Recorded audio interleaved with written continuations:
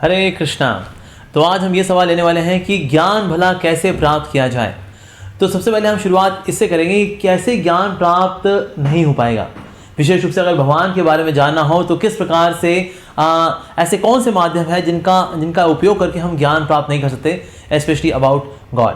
तो सबसे पहला जो तरीका है वो है प्रत्यक्ष प्रमाण, यानी कि जो दिखता है उस पर विश्वास करो और जो नहीं दिखता उस पर विश्वास मत करो। अब अगर ये देखें कि हम जो चीज़ दिखती है उस पर विश्वास करें और जो चीज़ नहीं दिखती उस पर विश्वास ना करें, अब ये अपना आप में बड़ी बिल्डरिंग है। जैसे कि हम कई सारी चीज़ें हैं जो कि नहीं देख पाते, जैसे कि हम हवा को नहीं देख पाते, हम ग्रेविटेशनल फोर्स या गुरुत्वाकर्षण शक्ति को नहीं देख पाते, हम मन को नहीं देख पाते, हम बुद्धि को नहीं देख पाते, हम लोग अहंकार को नहीं देख पाते। कैसा होता है अहंकार, ये या माइंड या इंटेलिजेंस कैसी होती है, कोनिकल होती है, क्यूबॉइडल होती है, रफ होती है, स्मूथ होती है, येलो होती है, पर्पल होती है, नो आइडिया एट ऑल। तो ऐसे कई सारी चीज़ें, जैसे रिमोट चैनल से जो इंफ्रारेड रे निकलती है तो रिमोट से, लेकिन इंफ्रारेड रे को हम लोग नहीं देख पाते। लेकिन सूरज से आने वाली साथ ही हम लोग अल्ट्रा वायलेट रेस को देखें, उनको भी हम देख नहीं पाते। और ऐसी बहुत सारी चीज़ें हैं जो कि एग्जिस्ट करती हैं जिनको हम नहीं देख पाते। हम लोग अपने सर का पीछे का हिस्सा नहीं देख पाते, यहाँ तक कि हम अपनी चिन्ह को नहीं देख पाते। उसके लिए हमें एक माध्यम की आवश्यकता है। अगर रोशनी ना हो तो हम कुछ भी नहीं देख पाएंगे। सो हम जो कुछ भी देख पा रहे हैं वो रोशनी की वजह से देख पा रहे हैं। तो इसीलिए ये जो आंखें हैं ये इम्परफेक्ट हैं और भगवान जो है सुप्रीमली परफेक्ट है। तो एक इम्परफेक्ट चीज़ से एक सुप्रीमली परफेक्ट पर्सनैलिटी को देखने की कोशिश करना ये बेवकूफ़ी है। और ये आंखें ये तो हमें ऐसी ऐसी चीज़ें भी दिखाती जो कि एग्जिस्ट नहीं करती, जैसे कि मिराज, गरम गरम ज़मीन पे पानी का आभास होना मिराज, मृत तृष्णा कहलाता है। लेकिन वहाँ पानी है ही नहीं, लेकिन आंखें देख रही हैं पानी है वहाँ पर।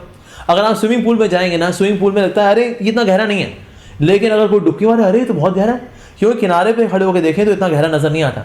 या उसमें स्टिक डालें तो स्टिक टूटी हुई नजर आती है due to law of refraction, लेकिन असल में टूटी हुई नहीं होती। तो आंखें जो दिखा रही हैं वो है ही नहीं वहाँ पर। तो ऐसी कई चीज़ें हैं जो एग्जिस्ट करती हैं लेकिन आंखें देख नहीं सकती।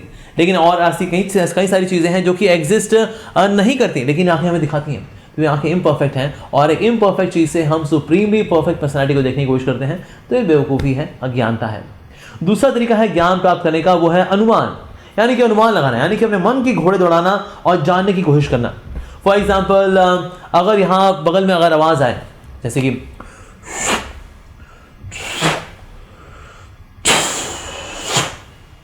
तो मैं अनुमान लगाऊंगा, ओ लगता है यहाँ पास ही ना कहीं रेल की पटरी है, हो सकता है या स्टीम इंजन गुजरा ना अभी वहाँ से। मैं जाके देखूंगा वहाँ खिड़की से, अरे यहाँ तो प्रेशर कुकर है, ये तो स्टीम की आवाज़ थी उसकी। अनुमान लगाया, गलत हुआ। इस तरह से एक मान लीजिए एक लड़का था वो अपने रूम में गया दौड़ते हुए और रूम में उसने दरवाजा बंद किया, पिताजी बाहर बैठे थे अखबार पढ़ रहे थे।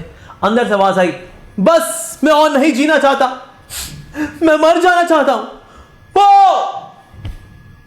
पिताजी के बाहर हाथ पांव ठंडे हो गए कि मेरे बेटे ने क्या कर लिया।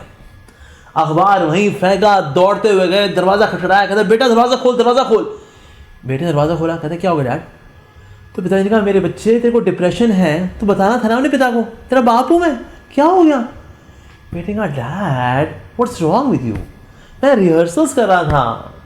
अब यहाँ पिताजी ने क्या किया? अनुमान लगाया। हमारे रिश्तों में गलतफहमी क्यों होती है? क्योंकि हम लोग अनुमान लगाते हैं, ओह ये ऐसा है वो वैसा है, quite possible, it seems like, इस तरह के शब्दों का इस्तेमाल करके हम लोग अनुमान लगाते हैं वास्तव में। तो इसीलिए हम देखिए मन की घोड़े दौड़ा कर तो हम इस दुनिया की चीज़ों को ठीक से समझ नहीं सकते, भगवान को जानना तो दूर की बात। तो आखिरी चीज़ जो आती है, जो आखिरी तरीका है प्रत्यक्ष प्रमाण और अनुमान प्रमाण के बाद भगवान का ज्ञान लेने का, वो है शब्द प्रमाण।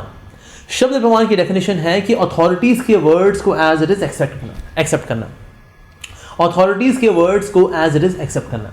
तो ये है शब्द प्रमाण। जैसे कि अगर कोई बस अगर किसी जगह जाती है, फॉर एग्जांपल यहाँ कोई बस जाती हो 764 नेहरू प्लेस, तो हम कंडक्टर से पूछें क्या ये बस नेहरू प्लेस जाती है? तो कंडक्टर बोलेगा हाँ जी जाती है, प्लीज़ बैठ जाइए।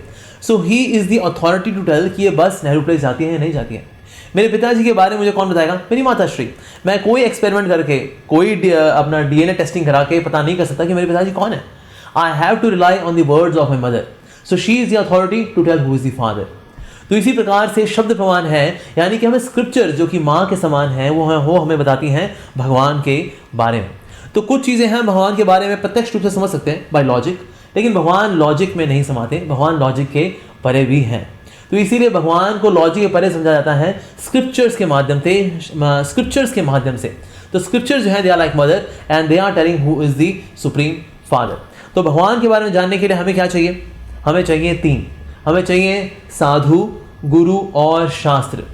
तो हमें अगर शास्त्र समझने हैं तो हमें साधु और गुरु की सहायता चाहिए ही चाहिए। जैसे किताब पढ़ने के लिए 2 आंखों की आवश्यकता पड़ती है ना, लेकिन इन आंखों से अगर हम शास्त्र पढ़ेंगे तो शायद हमको इतना समझ ना आए। लेकिन हाँ, अगर हम साधु और गुरु की आंखों से शास्त्रों को पढ़ेंगे, यानी कि उनकी गाइडेंस में अगर पढ़ेंगे, तो हम शास्त्रों को ठीक से समझ सकते हैं।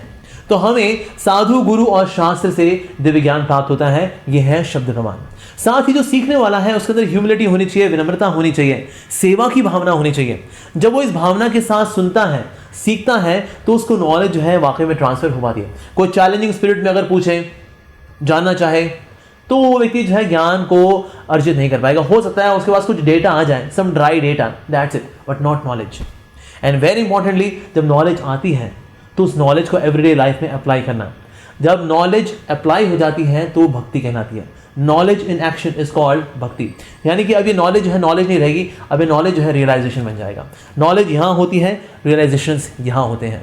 तो इसलिए नॉलेज को अगर रियलाइजेशंस में कन्वर्ट करना है तो हमें नॉलेज को एवरीडे लाइफ में अप्लाई करना चाहिए, उस नॉलेज को हमें जीना चाहिए, और इस प्रकार से वो नॉलेज और गहरी हो जाती है। एक ऐसी स्थिति में पहुंच जाती है कि हम उस नॉलेज को कभी भी भूलेंगे नहीं। So this is the way to acquire knowledge which is called शब्द प्रमाण।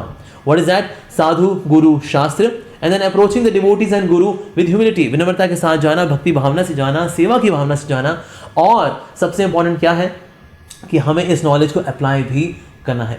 श्रील प्रभुपाद जी से किसी ने पूछा, क्योंकि आपने अक्सर देखा होगा श्रील प्रभुपाद जी ऐसे चला करते थे, यानी कि उनका जो चिन्ह थी ऊपर आ करती थी। तो किसी ने पूछा, श्रील प्रभुपाद आप हमेशा ऐसे करके क्यों चलते हैं? तो श्रील प्रभुपाद जी ने कहा, because our philosophy is the highest. हमारी कृष्णा कॉन्शियसनेस की जो फिलॉसफी है, it is the highest, and higher than the highest is the application of philosophy. यानी कि इस नॉलेज को हमें अप्लाई भी करना है, so that knowledge becomes realisations. Thank you very much for watching. Hare Krishna.